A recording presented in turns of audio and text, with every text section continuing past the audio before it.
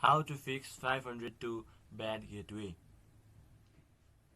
So hello viewers and welcome back to our YouTube channel, and in today's video I will be teaching you guys how to fix 502 bad gateway. So without delaying any further, let's get started.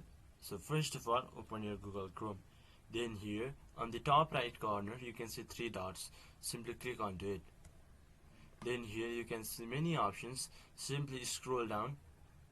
Then here simply click on settings. Now here on your left hand side you can see many options. Simply click on privacy and security. Then here scroll down. Then here you can see an option named clear browsing data. Simply click onto it. Then here simply on the time range select all time. Then here go to advanced. Then here you may see many options. Make sure to tick on these following options I have ticked below. After that, simply click on delete data. Then here wait for a few seconds. Then click on OK. Got it. After that, your problem will be fixed.